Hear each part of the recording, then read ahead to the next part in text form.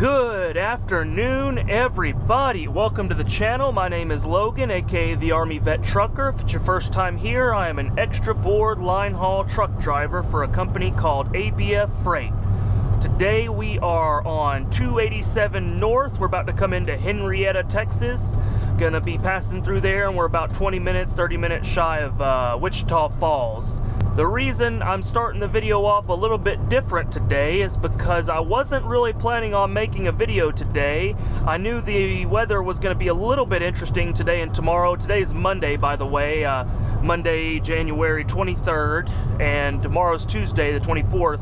And like I said, I knew the weather was going to be a little interesting, but I didn't know really how significant it was going to be until I started heading this way. We're heading to Albuquerque, by the way. I don't think I mentioned that. We're heading to Albuquerque today. We've only been on the road for a couple hours out of Dallas. We got called at 9 a.m. to leave at 11, and it's currently almost 2 p.m. here. So anyways, like I was saying, the weather is going to be a little bit interesting, but I didn't know how significant it was going to be until I started getting alerts on my phone, winter weather advisory, winter storm warnings, and it's going to be an interesting next couple days, and I figured I'd take this opportunity to kind of go into that a little bit about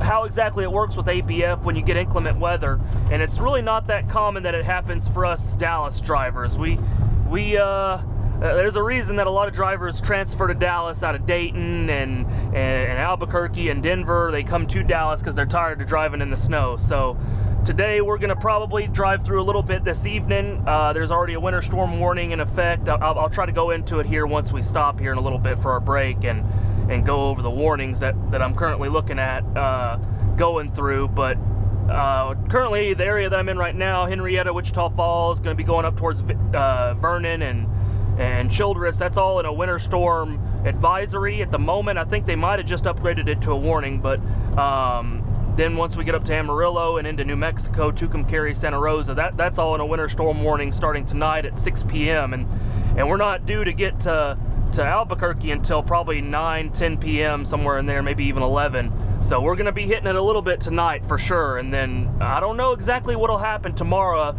Basically, the way that it works with ABF is if the weather gets significant enough to where they think it's a significant hazard, Albuquerque, the line haul dispatcher, could shut it down and completely close down all the outbound departures.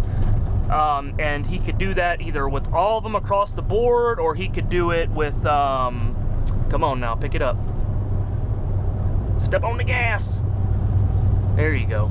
But he could shut down the whole outbound lanes everywhere in every direction, or he could shut down only the eastbound runs and still run north, west, and south.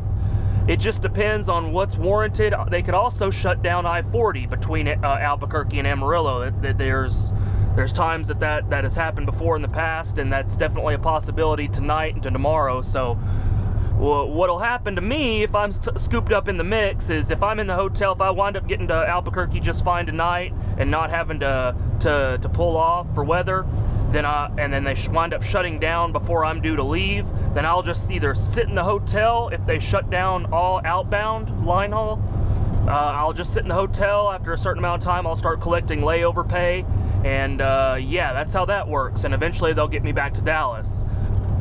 Another possibility is that if they only shut down I-40 eastbound loads, then I'll get a dispatch probably either going west further to either Mojave or north to Denver, Salt Lake, something like that. That's a possibility as well.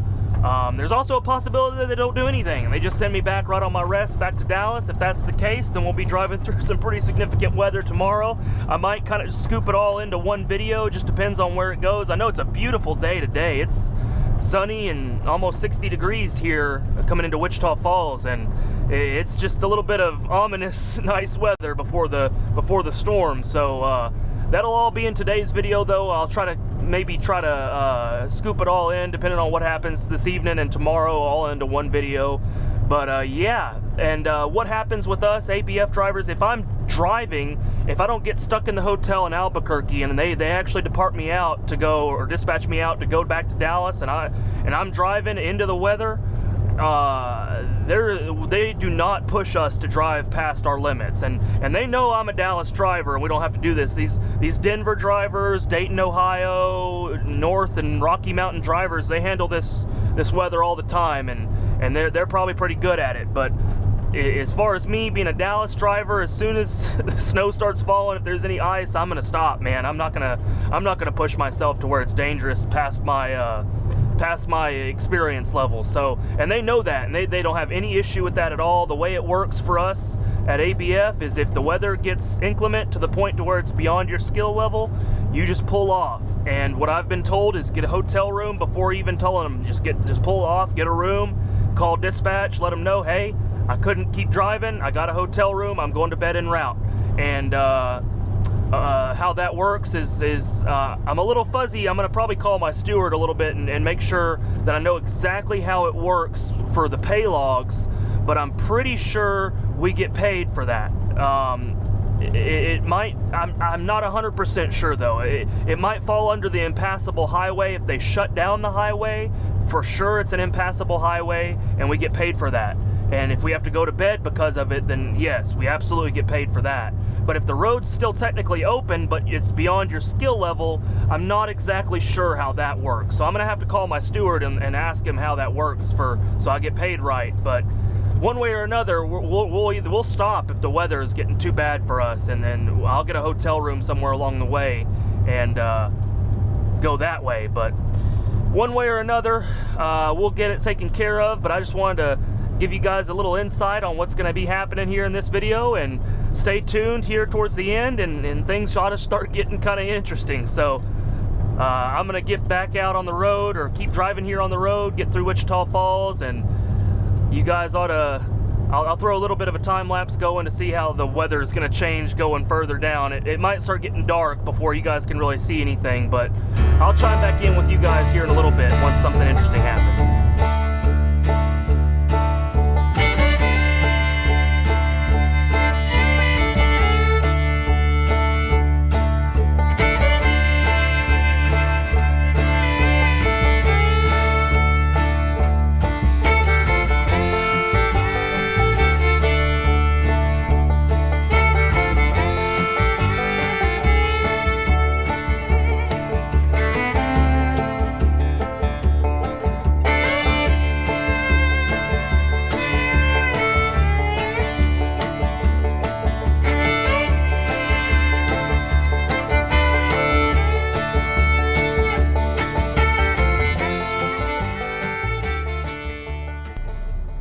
So I decided to go ahead and stop here. I'm at a rest stop off 287. We're between Chillicothe and Quanah here on 287. There's a few, well actually there's just a couple, these really nice truck stops that we got on 287 here. This one, and then the other one is on the other side of Memphis, between Memphis and, what is it, Clarendon. But pretty good rest stops. I mean, these are better than some of the ones you see on interstates, and this is just a US highway out here, so pretty nice that they got this set up. I decided to go ahead and take my 30-minute break. I've already been here for 20. Took it really early. I usually don't stop this early, but I had to use the restroom. I was drinking a lot of water earlier and had to stop. Figured I'd go ahead and do my 30 now, get it out of the way. I won't have to do another one. I will probably have to stop again at some point, but I won't have to sit there for 30 minutes. But figured I'd take this opportunity to show you guys what I'm working with here on the way to Albuquerque today. Like I said, we're here between Chillicothe and Quanah, heading up towards Childress eventually, and then Amarillo, and then 40 all the way into Albuquerque. So let's see here. Here's my weather map here.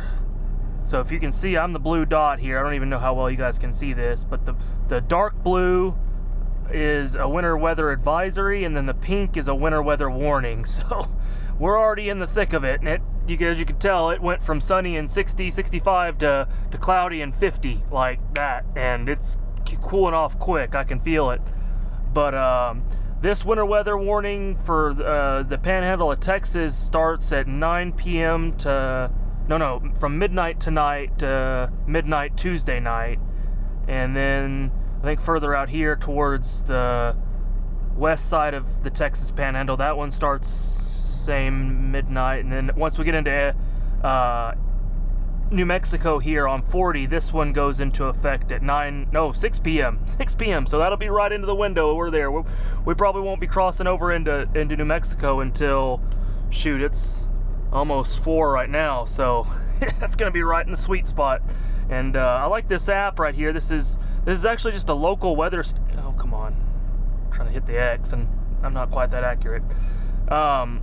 This is just a local weather station or a news station to DFW, Fox 4, but they have this app that lets you look at the weather no matter where you are and follow you, and it sends you alerts and everything. And this is the radar right here. So I watched it a second ago. This thing just blows up right here. Look at that.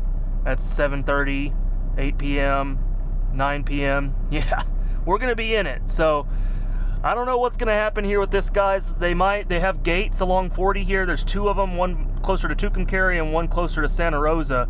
And yeah, we might be getting stuck. I don't know. This weather warning, let's see if I can't get it back to pop up. Here we go. It's saying heavy snow expected, 3 to 9 inches, gusts up to 35. Yeah, we don't know what's gonna happen here, guys. That's why I decided to make a video. Hopefully we make it all the way to Albuquerque in one piece without having too major of issues. But if we do, you guys will be right there along with it for me. I already did my walk around here, going back out from the restroom here. Just gotta sit here for a few more minutes, and I'm gonna get back out on the road, and I'll catch back up with y'all once things start getting interesting. Well, I had to pull off here. I'm in Claude at the Cefco. This is, I don't know if you guys recognize it from my previous videos. This is the truck stop that we do our meet and turns at. It's about 6 p.m. here, and I had to stop because this truck's, I don't know what's the deal with it, man. It might wind up leaving me stranded. Right as I was getting off the camera with you guys earlier, well, just a couple seconds ago for you guys, when I was leaving that rest stop, as I was accelerating to get back onto the freeway there, the check engine light came on, and it didn't really do anything. The engine light just came on, but it went just fine. And then ever since then, every little town, I don't know if you guys know, 287's not an interstate, it's just a US highway, and every little town that it goes through, kind of like this, it slows down to 35, and then you get back up to 75. And every time I've gone through a little town like that, I think I'm losing 11th gear or something, I don't know. It's every time it tries to go through 11th gear, it cuts my throttle out, and it just leaves me sitting coasting on the road, on the freeway. So yeah, you can see how the issues there, and it's done it bad. It's only been 2 times where it was really bad. The other times that it happened, the throttle just kind of came back, and it you know, fixed itself and got back up to 66 just fine. But twice now it's happened where I just lose my throttle and I have to coast onto the shoulder and cycle the key, and then that gets it, you know, out of limp mode or whatever, and then it's good. But I talked to the shop in Albuquerque, and they told me to just stop and let it rest for 10 minutes and see if that fixes it. I don't have high hopes for that. I think that 11th gear might be pretty well toast or something, I don't know. But it's good to stop here in Claude, because if need be, what I can do is, if it does it again between here and Amarillo, is I can just detour off to the Amarillo terminal and losing my train of thought here. Train thought. I can detour off to the Amarillo terminal and drop this tractor off. They can red tag it, get it fixed whenever they need to, avoid a tow bill, you know, because if this thing leaves me stranded, I'm calling a tow truck, and they're gonna have to do something. But if I can just take it into the Amarillo terminal, I can either go to bed in Amarillo if they think that's necessary, or I will get stuck in Amarillo because of this snowstorm. But there's a lot of moving pieces right now. I knew this video was going to be interesting. I didn't expect the tractor to give out on me, but hopefully this 10-minute trick works and I can get the rest of the way to Amarillo. And once I get through Amarillo, it's all freeway with no slowdowns, so I should be good. The only thing there is there's hills, and it'll play gear chasing up and down on those hills, so that might screw me up too if I keep this tractor. But let's just hope this 10-minute trick works and we don't have any more issues. We get all the way into Albuquerque, drive through that snow that we're gonna hit, and go from there. But that's that, guys. I'm gonna sit here for a few more minutes. I might go in and use the restroom and pop the hood, take a few look around. I'm good on time. I'm 4.5 hours, 5 hours from Albuquerque, and I've got 5.5 left, so I'll probably make it with about 30-40 minutes to spare if we go no issues from here out. Now the snowstorm might slow us down, and this issue might slow us down, but we'll just have to wait and see how that works out. But I'll catch you guys here in a minute. Alright, well, I decided to go ahead and just sit here for the full 30 minutes just to cycle my break time, just to give it, you know, as much time as possible for this little issue to go away on its own. That guy must come through here pretty often. He was just walking over to double check and see if he was in my way, because we do drop-in hooks here, meet and turns. But anyways, hopefully that, I'm just trying to turn my brightness down here. Hopefully this fixed the issue. The check engine light's still on. I don't think it's going away. I think it tripped a permanent code. But I'm gonna record this and see if I can get it on tape doing it. I really hope it does it again. That way I can ditch this truck in Amarillo.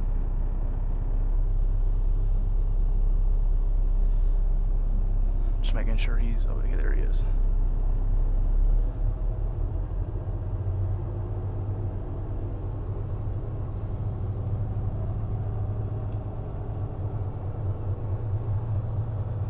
Try not to go over 5 miles an hour. I'm going to try to stay on duty as long as I can, because I have a feeling we're going to be fighting for time today.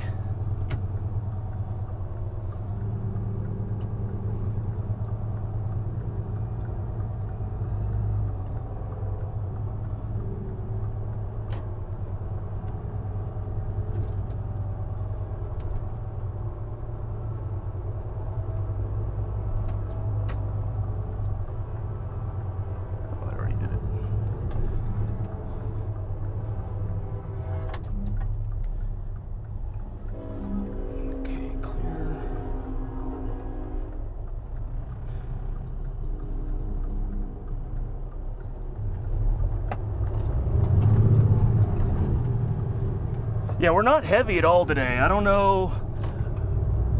I'm gonna try to hammer on it a little bit though, to make sure that if this is gonna happen again, I need it to happen between here and Amarillo, and it's only about 20 miles between here and there. And if it doesn't happen now, and I call them back and say, and I don't go to Amarillo Terminal and keep going into New Mexico, then and it happens on those hills in New Mexico, then I'm really pooched, because then it's a huge inconvenience. So let's see. It was doing it in 11th gear earlier, so let's see if it does it again. Just close. 10th.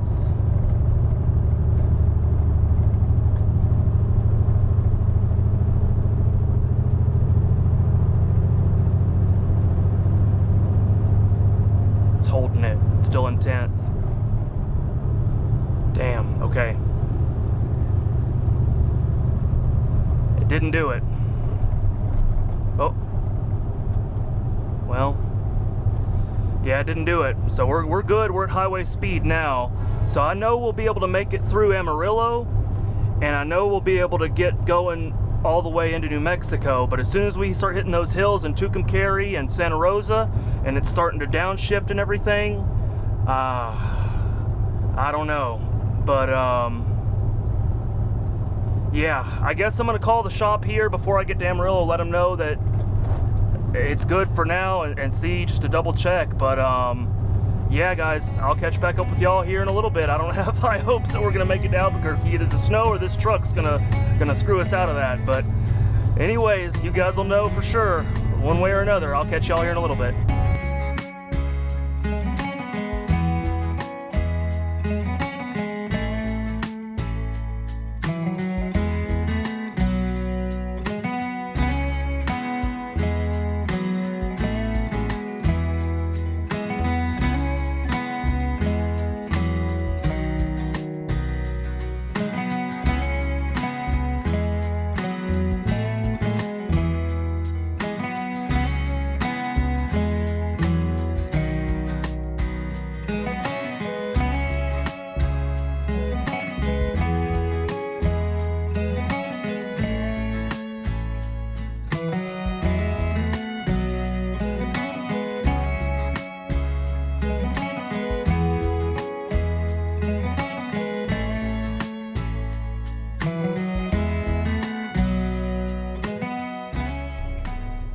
we had a little bit of a change of plans. We're in Tucumcari now. It's not snowing yet, but it's probably going to start falling down here any minute now, and we might get snowed in here, I don't know. But anyways, since the last time I talked to you guys, we've been through the ringer. It is now 11 p.m., a little bit past 11 p.m. Well, it's actually 10 p.m. here because the time changed in mountain time here in Albuquerque. But no, last time I talked to y'all, I think we were in Claude leaving the Cefco there, and it's gone downhill from there. This issue with the truck, it's still having the throttle cut out and not working out well. I was just trying to work with it before. It wasn't too bad going into Amarillo, and then after Amarillo, it's gotten the metaphorical poop has hit the fan. I have to. It got to the point to where I was having to pull off into the shoulder and cycle the key every 5-10 miles or so, and then coming in here to Tucumcari, I couldn't even get it to go over 45, and that just got to be a safety issue. I didn't want to run it like that and push it, especially with the snow coming up here tonight. So I called it, and I pulled off at the Flying J. We sat over there for about, I don't know, 2 hours or so, trying to figure out a game plan. The shop in Albuquerque's telling me it's a fuel filter, which makes sense because it seems like these trucks are smart enough to know if they're not getting the proper fuel or fuel pressure or anything that they need to run properly, it's going to limit you. It's just weird to me that it wouldn't tell me. It just threw a check engine light. You'd think, like, on some of these trucks, they're so smart to know that. Why wouldn't it just pop up on the screen and just, like, fuel filter clogged or something? Or it pops up when the air filter's clogged. I don't know why it wouldn't. But anyways, that makes sense. It's probably a fuel filter that's clogged. It's limiting the throttle because it's not getting the proper fuel that it needs. So long story short, we tried to get the shop at the Flying J. There was a local shop there on the property.